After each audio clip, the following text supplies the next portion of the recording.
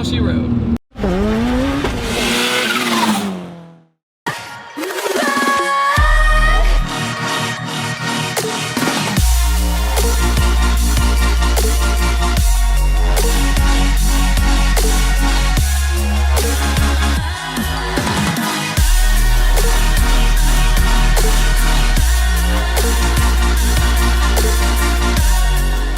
Alright, R32 Skyline GTR, and it also speaks to you when you turn the car on.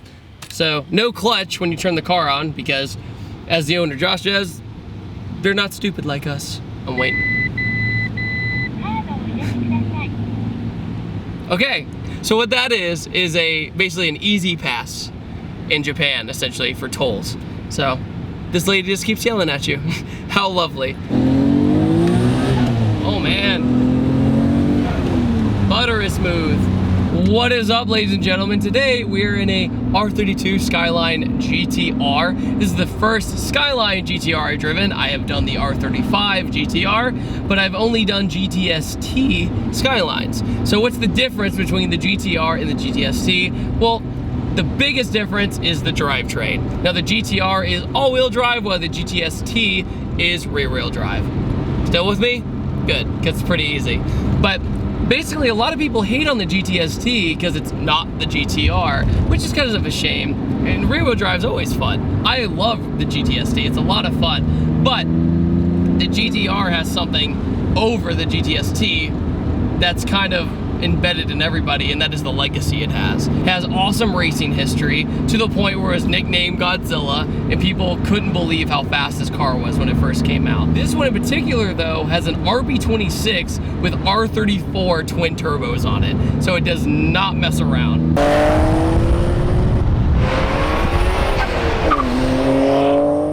The car makes 373 horsepower, so it is no slouch. And like I said with the R33 Skyline that I drove not too long ago, it's very linear and very predictable. 2JZs, on the other hand, are very violent in comparison, even though they're a very similar setup. But the RB26 has a kind of legacy too, because we never got them in the United States, technically. So when people grab this engine, a lot of people don't know how to tune them very well. So if you are able to find somebody who's able to, then you're a lucky man. Not to mention you have to import parts from everywhere. Originally, the owner of this car emailed me to review a Focus RS, believe it or not. He also has an S2000 that is bonkers. He calls it his race car. But on the other hand, he was like, you know what? I'm gonna go buy my dream car instead, and that was the Skyline GTR. And did he make a really good purchase? Absolutely. I mean, especially after we were able to import these cars, you make everyone's day driving right-hand drive. People are so thrown off. And every gas station we go to, every parking lot we go to, somebody asks a question or they want to sit in it. And he loves doing that for people. He loves showing people the car because it was his dream car. Maybe it's their dream car too. The car itself is a 5-speed, so the 5-speed in these is actually weaker than the 6-speed in some of the cars, which is the swap. But the 5-speed has a pretty good gear ratio and it has power almost everywhere, which is nice. There's really not much turbo lag at all. And the blow-off valve is really charming too. It has the stereotypical whoosh whoosh. It's like, to me, it's like a nicer 240 SX in a lot of ways. I mean, when I say nicer, I mean a lot nicer. Like, the plastics in here, it has like a nice squishy kind of feeling to it instead of just a hard plastic that cracks your dash and everything else. These are very rare to have kind of crashed or damaged dashes, but whatever, right? Who cares? Inside, the steering wheel feels better, the gauges look better, everything looks better. And they came out at pretty much the same time. It's like what he says, this car is basically 26 years old and it has no rattles in it, which is astonishing. How come cars that are modern get rattles? Like, that are 3 or 4 years old, yet this car still doesn't. That rolling into third. Let's go. And go. Boost.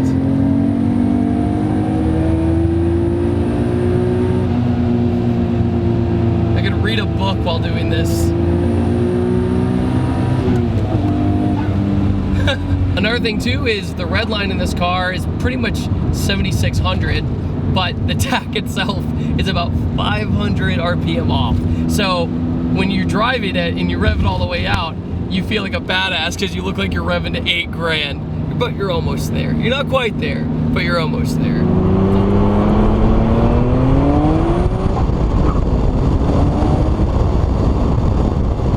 So the blow-off valve in this car, believe it or not though, there's 2 stock ones. So for making that kind of noise, it's pretty unreal, because usually you think that kind of sound, you have to pay a bunch of money for an aftermarket HKS or a Tile, something along those lines, or a Turbo Smart. But no, it already comes in the package. Do a little toot, roll on, and boost. Oh yeah. Feels really nice. Third gear is long enough, guys, to the point where you can still have fun, but it's predictable, and it just goes and goes and goes. It's awesome. So when you're doing back roads, say in Alabama, yeah, you can keep it in third the entire time. I do really like the stock steering wheel they had in the GTR. There's no mumbo jumbo on it. There's no buttons on it, but it's made for driving.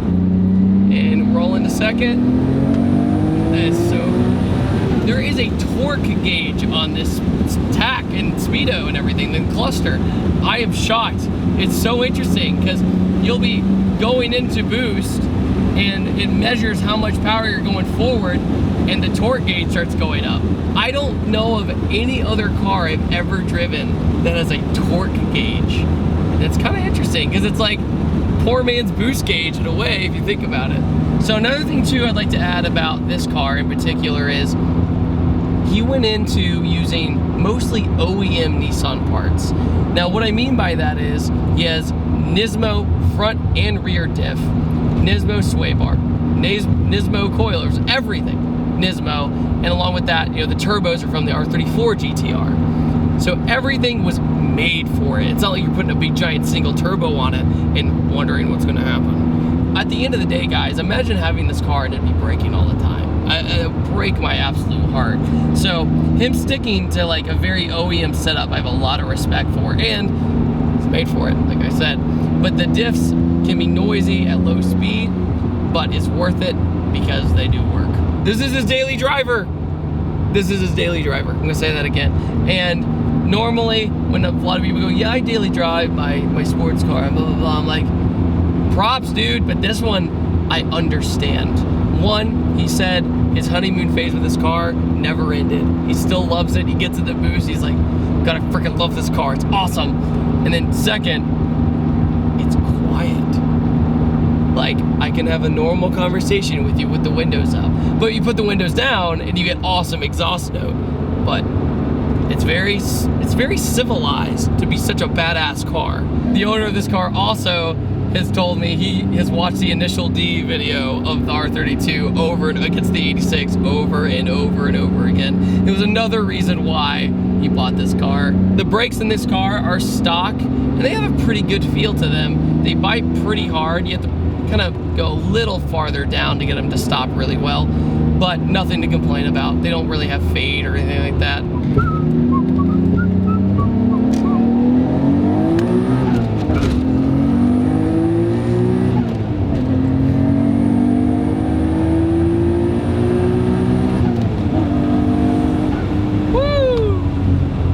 She wrote.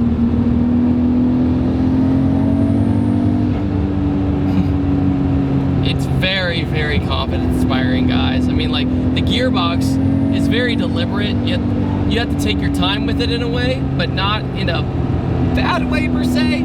You take your time with your shifts and you're good.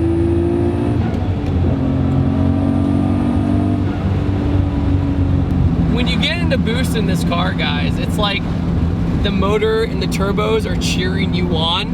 And it's like, since the exhaust note is so quiet overall, it still sounds awesome. It's just kind of quiet.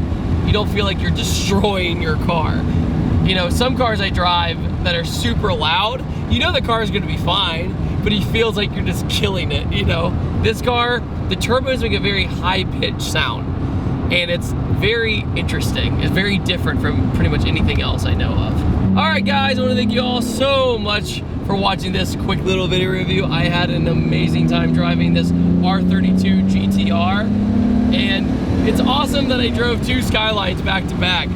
Life's just so hard. This is one of those days where I feel very thankful for what I do, and I can't thank you guys enough for watching. So huge thanks to Josh for coming all the way from Alabama to let me drive this car, and I will see you guys next time, and take it easy. Have a fantastic freaking day. Awesome.